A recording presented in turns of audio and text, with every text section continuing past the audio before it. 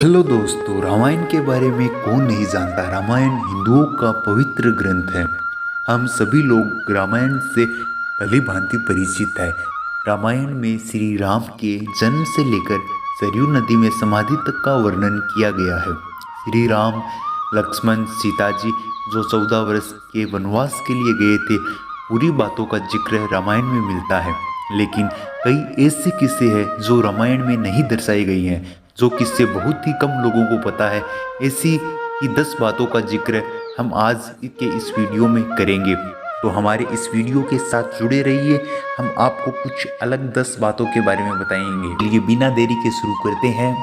पहला, शायद बहुत ही कम लोग जानते होंगे कि ऋषि वाल्मीकि से पहले रामायण हनुमान जी ने लिखी थी, क्योंकि हनुमान जी श्री राम के प्रिय भक्त थे और हनुमान जी के द्वारा सबसे पहले रामायण की रचना की गई। एक बार हनुमान जी ने सबसे पहले पत्थर की शिला पर अपने नाखूनों के द्वारा रामायण की रचना की, जिसमें श्री राम के गुणों का वर्णन किया। जब यह बात महान ऋषि वाल्मीकि को पता चली तो वह हनुमान जी के पास पहुँचे और वह देखकर हैरान रह गए और वह हनुमान जी से मिलकर बेहद प्रसन्न हुए। हनुमान जी ने ऋषि वाल्मीकि से कहा कि आप तो महान कवि है, मैं आपकी जितनी शुद्ध भाषा में तो नहीं लिख सकता। कहकर हनुमान जी ने अपनी शिला को पानी में फेंक दिया और वाल्मीकि के द्वारा बाद में रामायण की रचना की गई, जो इतिहास में वाल्मीकि का नाम अमर हो गया।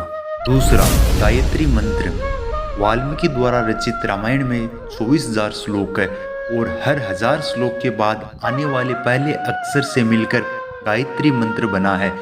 इन्हीं 24 अक्षरों से गायत्री मंत्र की रचना हुई है। तीसरा, इसके अवतार थे श्री राम के भाई।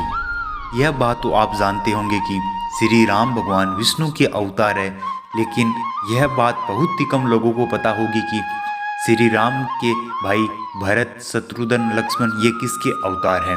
लक्ष्मण भगवान विष्णु के सैया पर विराजित नाग देवता के अवतार है और भरत और शत्रुघ्न विष्णु भगवान के हाथों में विराजित सुदर्शन चक्र और शंखशैल के अवतार हैं।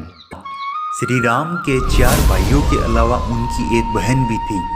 राम भगवान की सबसे बड़ी बहन, जिनका नाम शांता था, वो महाराजा दशरथ और कौशल्या की पुत्री थी।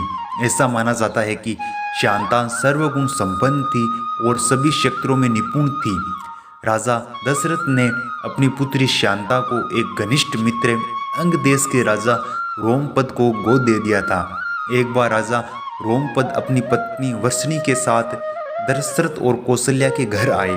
उसमें वर्षणी ने अपनी बहन से शांता को गोद लेने की इच्छा जताई, तो कौशल्या ने शांता को अपनी बहन को सौंप दिया। इस प्रकार शांता अंक देश की राजकुमारी बन गई। शांता वेद कला और शिल्प कला में निपुण थी। शांता बहुत ही सुंदर थी।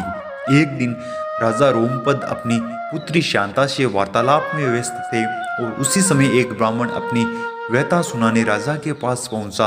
राजा उस गरीब ब्राह्मण की याचना नहीं सुन पाए और रुष्ट होकर उन्हें श्राप देकर चला गया। उस समय इंद्रदेव भी अपने भक्त का यह अपमान सहन नहीं कर पाए। उन्होंने धरती पर सूखा कर दिया। उस समय राजा रोमपद एक ऋषि श्रृंग के पास गए, जिससे उन ऋषि श्रृंग ने सूखे से धरती को मुक्ति दिलाई। में राजा रोमपद ने ऋषि श्रृंग के कार्यों से प्रसन्न होकर अपनी बेटी शांता का विवाह उनसे कर दिया। ऐसा माना जाता है कि शांता और ऋषि श्रृंग के पूर्वज सेंगर राजपूत है, जिन्हें एकमात्र ऋषिवंशी राजपूत कहा जाता है। रावण भी पहुंचा था सीता के स्वयंवर में।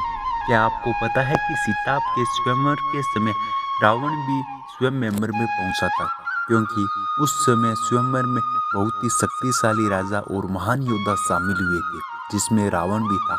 रावण अपनी पत्नी के मना करने के बावजूद भी वह उस स्वयंवर में भाग लेने गया, जिससे उसको हार का सामना करना पड़ा, क्योंकि रावण भी उस धनुष को उठा तक नहीं पाया और उस स्वयंवर में भगवान श्री राम भी शामिल थे।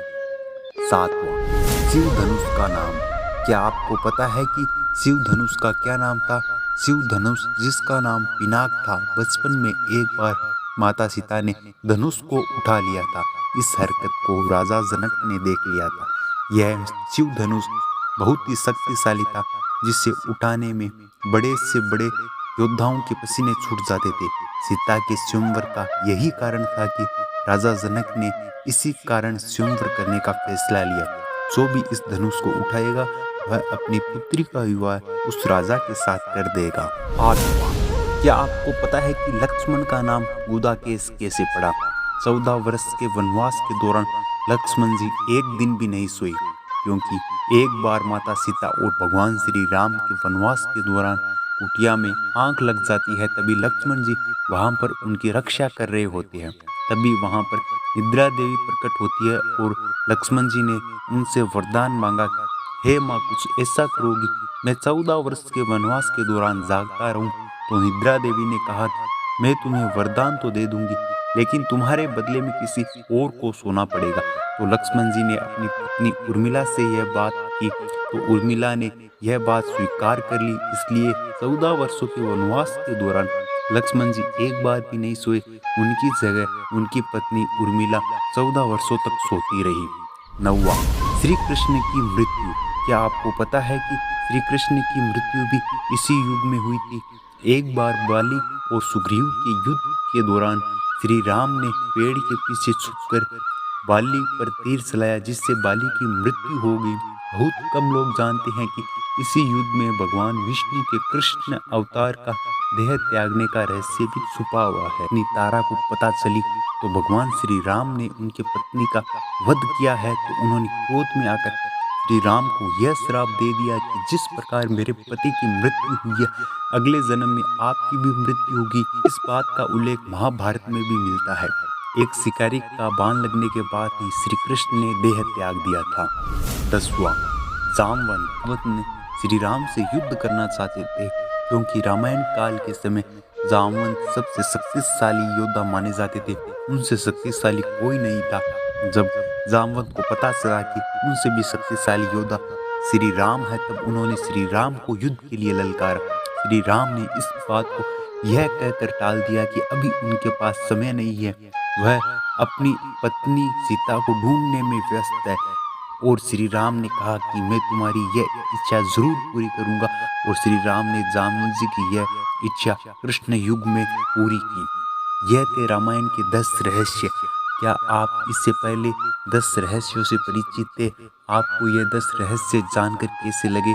कमेंट सेक्शन में हमें ज़रूर बताइए। इसी तरह की और वीडियोस देखने के लिए हमारे चैनल से जुड़े रहिए। हमारे चैनल को लाइक, शेयर एंड सब्सक्राइब कीजिए। अपने दोस्तों के साथ इस नई जानकारी को आप शेयर कीजिए।